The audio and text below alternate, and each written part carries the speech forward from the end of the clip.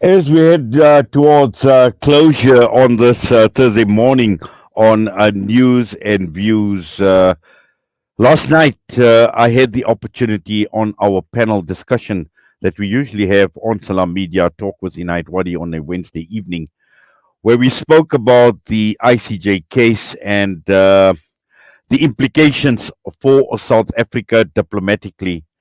And there was an extremely high powered panel.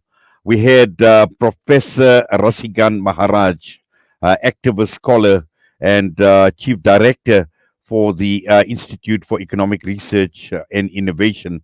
We had Wesam Ahmad, head of Center for Applied International Law at Al-Haq out of Ramallah.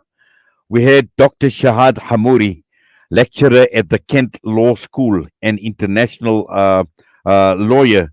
And also, we had Donovan Williams, and he is an international relations consultant. And this was one of the most fascinating discussions to unpack what the implications for South Africa would be. We know that the world has now taken notice of South Africa. They've recognized South Africa for what the South Africa has achieved and what South Africa has taken to the International Court of Justice. And it is against that we decided to have a discussion on what some of the diplomatic implications for South Africa could be, what could some of the consequences be even for South Africa. And what we're going to do over the next few minutes is to play out portions of this interview and what some of these high powered guests had to say. And believe me, this was extremely powerful. It was very, very informative, and also at the same time brought so much to actually light in the discussion. And we will play out snippets from this interview.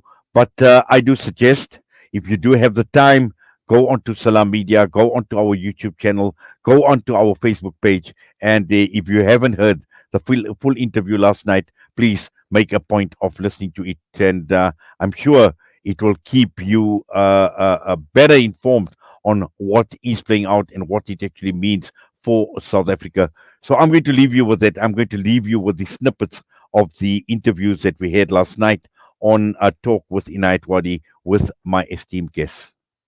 South Africa is actually privileged in its capacity in some senses, in ways that other states of the global south are not.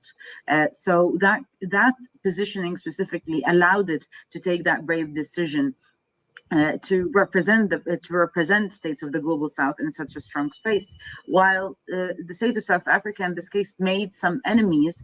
However, these enemies are not in their totality, because corporations will not be thinking on the same parameters as states in the global north. However, it also made a lot of new friends, a lot of new people who now recognize and affiliate with South Africa as the friend and a representative of their voice. The images that you saw come out in Palestine are simply heartfelt in relation to how far you could see people reacting and kind of rekindling with a voice of this global south that hasn't been alive since the 1970s. So I believe it's a process of making new friends, diplomatically speaking and morally speaking.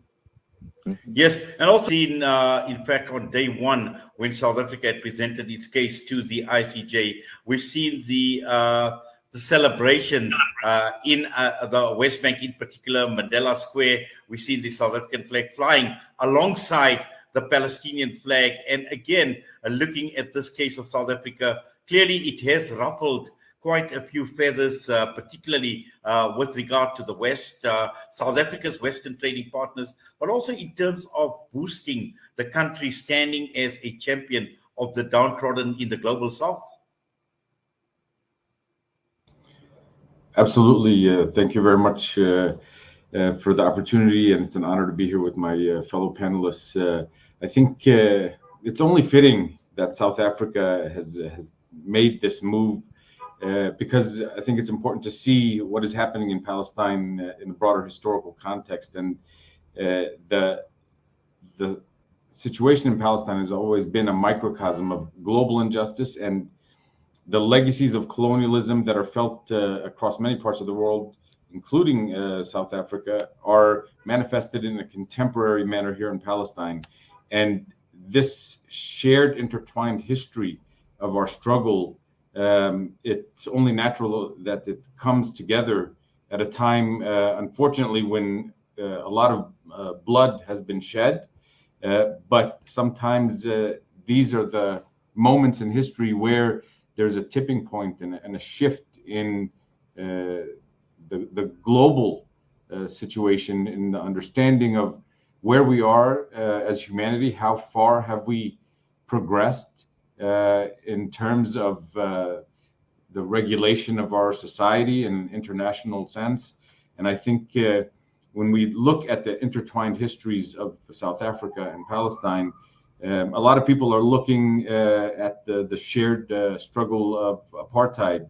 But I think it's important to step back a little bit further than that even, and to see the broader colonial project that has been imposed on Africa and the Middle East, and see those connections in parallel as a joint historical struggle. And I want to remind people of a quote from the diaries of Theodore Herzl when he requested that Cecil Rhodes support the Zionist project in Palestine.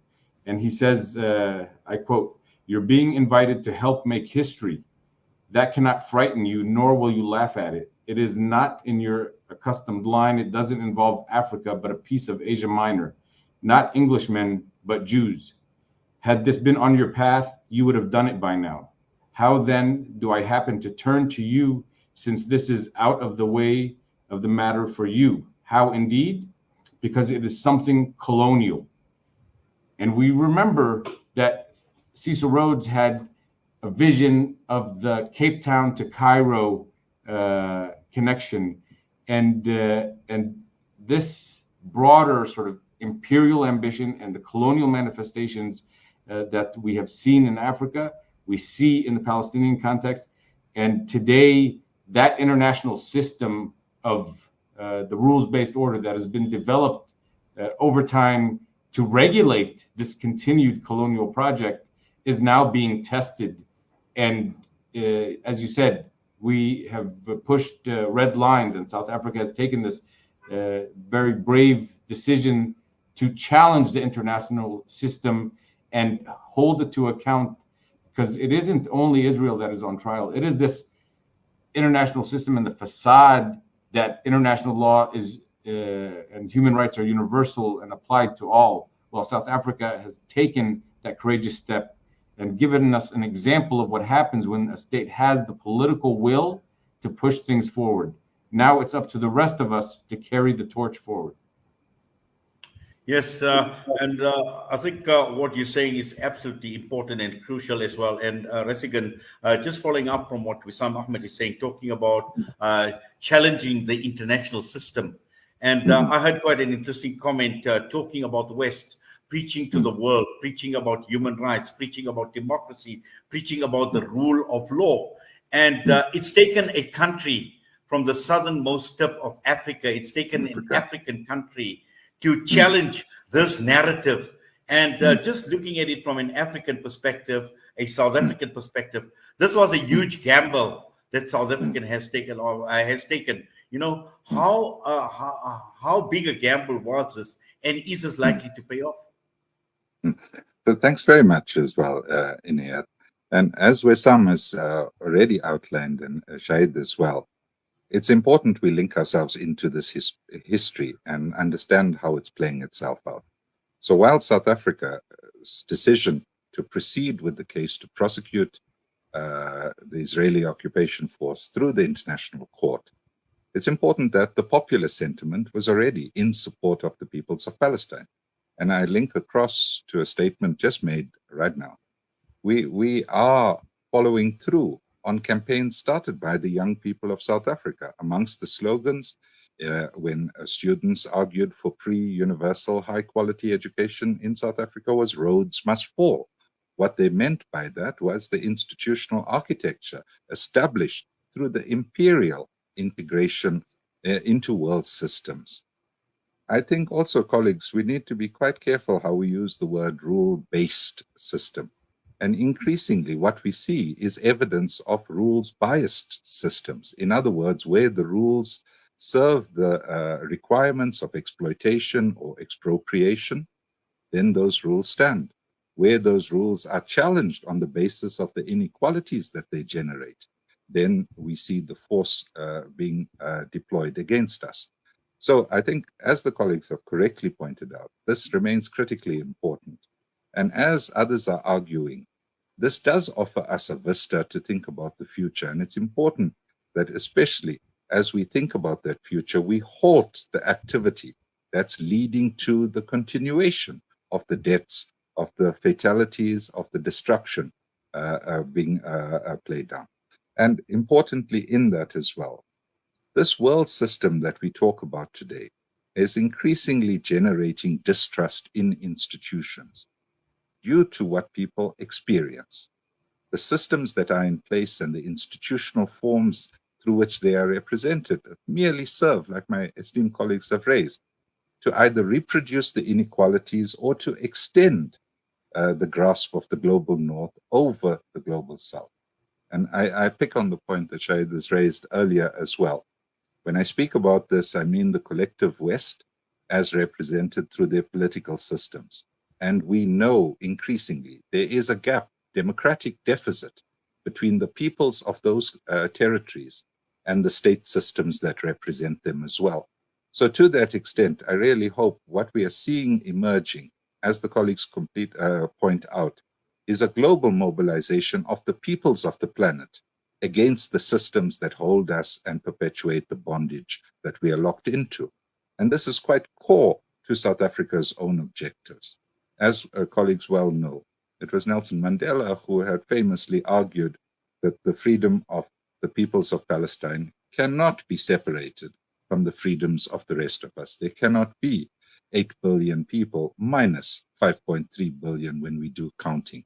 So it's absolutely critically important that we take these forward. Right? You've also pointed to some dangers. Sorry. No, okay, continue. Sorry. Carry on, Prof. Yeah. So I was pointing to, often we see as the dangers coming through economic sanctions and other forms. I really want us also to encourage a view. As 8 billion people, it cannot be that the global majority continues to serve and create conditions of living, states of existence for a golden billion that enjoy the benefits of the integration that we see as world systems today. For the 7 billion of us, it's abject poverty and scraping a living together. So as we emerge from the conflict itself, and hopefully through this make a stronger statement for all of us participating in determining our futures, that we don't allow the forms in which we've been entrapped through indebtedness. I'm sorry, I have to point to an advert I heard while we were waiting for this. We cannot be investing in gold as the solution to our problems. We have to change the system that forces us as human beings to look at a shiny mineral that we dig out of the ground as our salvation. It must be ourselves.